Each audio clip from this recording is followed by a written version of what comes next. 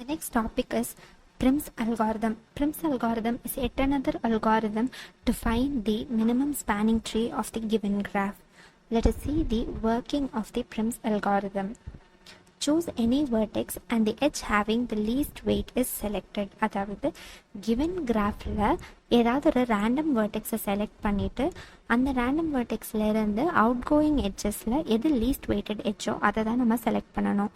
So நம்ம என்ன பண்ணணும்னா ஃபர்ஸ்ட் அந்த வேர்டெக்ஸ்ல இருந்து அவுட் கோயிங் எட்ஜஸ் எதெல்லாம்னு பார்க்கணும். அதை பார்த்துட்டு அதில் இருக்க லீஸ்ட் வெயிட்டட் எட்ஜை சூஸ் பண்ணிவிட்டு அதை கனெக்ட் பண்ணுறதுக்கு முன்னாடி அந்த பர்டிகுலர் எட்ஜை கனெக்ட் பண்ணால் அது சைக்கிள் ஃபார்ம் பண்ணுமா அப்படிங்கிறத செக் பண்ணணும். ஒருவேளை சைக்கிள் ஃபார்ம் பண்ணுச்சு அப்படின்னா அந்த பர்டிகுலர் எட்ஜை ரிஜெக்ட் பண்ணிவிட்டு நெக்ஸ்ட் லீஸ்ட் வெயிட்டட் எட்ஜை கன்சிடரேஷனில் எடுத்துக்கணும். இதே ஸ்டெப்ஸை நம்ம கிராஃபில் இருக்க எல்லா வேர்டெக்ஸும் ஒரு தடவை கனெக்ட் ஆகிற அளவுக்கு நம்ம பண்ணணும். ஒன்ஸ் எல்லா வேர்டெக்ஸும் கனெக்ட் ஆகிடுச்சுன்னா then are minimum spanning tree is obtained. Let us see this with an example. So இந்த பர்டிகுலர் கிராஃபை நம்ம எக்ஸாம்பிளுக்கு எடுத்துக்கலாம். இதில் Prim's algorithm யூஸ் பண்ணி எப்படி மினிமம் ஸ்பேனிங் ட்ரீ அப்டைன் பண்ணுறதுன்னு ஸ்டெப் பை ஸ்டெப்பாக பார்க்கலாம். So step 1, choose any random vertex. இந்த எக்ஸாம்பிளில் let us take vertex number 6 and explore the outgoing edges from vertex number 6. So 6ஓட adjacent edges எதெல்லாம் அப்படின்னா 6 to 1 and 6 to 5. இந்த ரெண்டு எட்ஜஸோட வெயிட்ஸையும் கம்பேர் பண்ணும்போது மினிமம் வெயிட் வந்து 1, அது வந்து connecting 6 and 1. So by including this edge we have to check whether it forms a cycle or not. இப்போது 6 and 1 கனெக்ட் பண்ணுற எட்ஜ் பார்த்தா எந்த சைக்கிளும் ஃபார்ம் பண்ணல. So that we can include that particular edge. In the next step 6 and 1 இந்த ரெண்டு வேர்டெக்ஸோட adjacent vertices எல்லாத்தையும் நம்ம explore பண்ணுறோம். ஸோ அதோட adjacent vertices எதெல்லாம் அப்படின்னா 2, 5 and 7. நம்ம ஏன் திரும்ப 6 பார்க்குறோம் அப்படின்னா 6 to 1 தான் எட்ஜ் கனெக்ட் ஆகிருக்கு. 6 to 5 கனெக்ட் பண்ணுற எட்ஜ் வந்து கனெக்ட் பண்ணலாமா வேணாமா அப்படிங்கிறத நம்ம செக் பண்ணிட்டு தான் டிசைட் பண்ணணும். So that we include the adjacent vertices of both 6 and 1. So இந்த 6ல இருந்தும் 1ல இருந்தும் அதோட adjacent vertices கனெக்ட் பண்ணுற எட்ஜஸோட வெயிட்ஸ் பார்க்குறோம். while comparing we get minimum weight as 4 which connects 1 and 5. So இப்போ இந்த 1 and 5 கனெக்ட் பண்ணால் சைக்கிள் ஃபார்ம் ஆகுமான்னு பார்க்குறோம். it doesn't form any cycle, so that we connect that particular edge. In the next step, while checking 6 and 5 connect பண்ணால் it forms a cycle. So நம்ம அந்த particular எட்ஜை connect பண்ணக்கூடாது. So 6ல இருந்து out going edges 6 to 1 and 6 to 5 ரெண்டையுமே நம்ம பார்த்தாச்சு. So 6 வந்து நம்ம கம்ப்ளீட்லி விசிட்டடாக மார்க் பண்ணிக்கிறோம். அடுத்து 1 and 5ஓட adjacent vertices மட்டும் கம்பேர் பண்ணுறோம். So 1 and 5ஓட adjacent vertices 4, 7 and 2. இதுக்கு கனெக்ட் ஆகிற எட்ஜஸோட வெயிட்ஸை கம்பேர் பண்ணால் we get minimum weight as 2 which connects 5 and 4. So if we connect 5 and 4 we check if there is any cycle or not. It doesn't form any cycle, so that we include the edge connecting 5 and 4. In the next step we take into consideration the adjacent vertices of 1, 5 and our newly connected vertex 4. So in the 3 vertices oda adjacent vertices எதெல்லாம் அப்படின்னா 2, 3 and 7.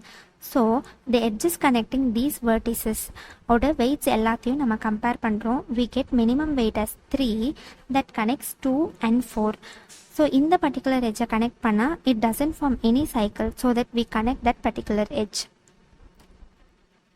So in the next step we take into consideration the adjacent vertices of 1, 2, 4 and 5.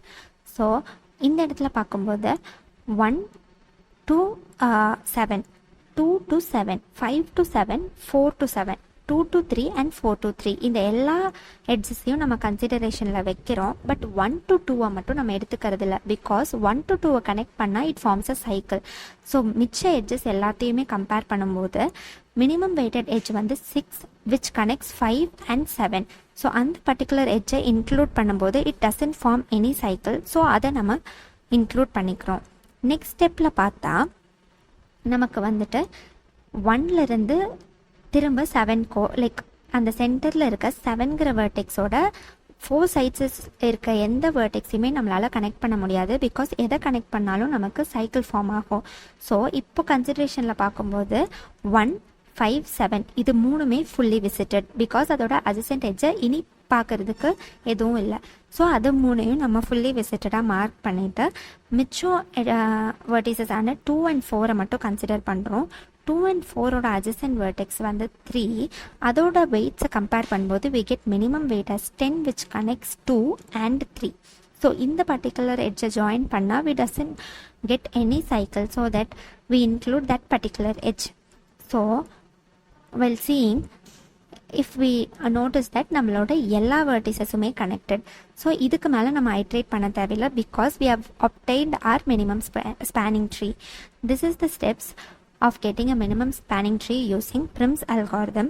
இப்போ நம்மளோட connected வெயிட்ஸோட like total weights என்ன அப்படின்னு பார்த்தோம் அப்படின்னா sum of all edge வெயிட்ஸை கனெக்ட் பண்ணால் 26 யூனிட்ஸ். இதுதான் நம்மளோட minimum cost of the spanning tree. So இப்போ நம்ம 2 அல்காரிதம் பார்த்துருப்போம், Prim's and Kruskal's algorithm for obtaining minimum spanning tree. 2 அல்காரிதமோட difference என்னென்ன அப்படின்னா, the tree that we are making or growing remains disconnected in Kruskal's algorithm, because நம்ம எதுக்கு minimum weights-ஓ அதோட ஆர்டரில் தான் போவோம். we like that will mostly be disconnected. இதே Prim's algorithmல the tree that we are making are always connected, because நம்ம எந்த edge-ஐ connect பண்ணுறோமோ அதோட adjacent edges-ஐ நம்ம consecutive-ஆ அப்படியே பார்த்துட்டு போவோம். And it grows a solution from a random vertex by adding the next cheapest vertex, as said before.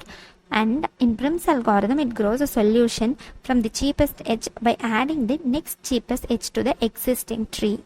These are some of the differences of Kruskal's and Prim's algorithm. Thank you.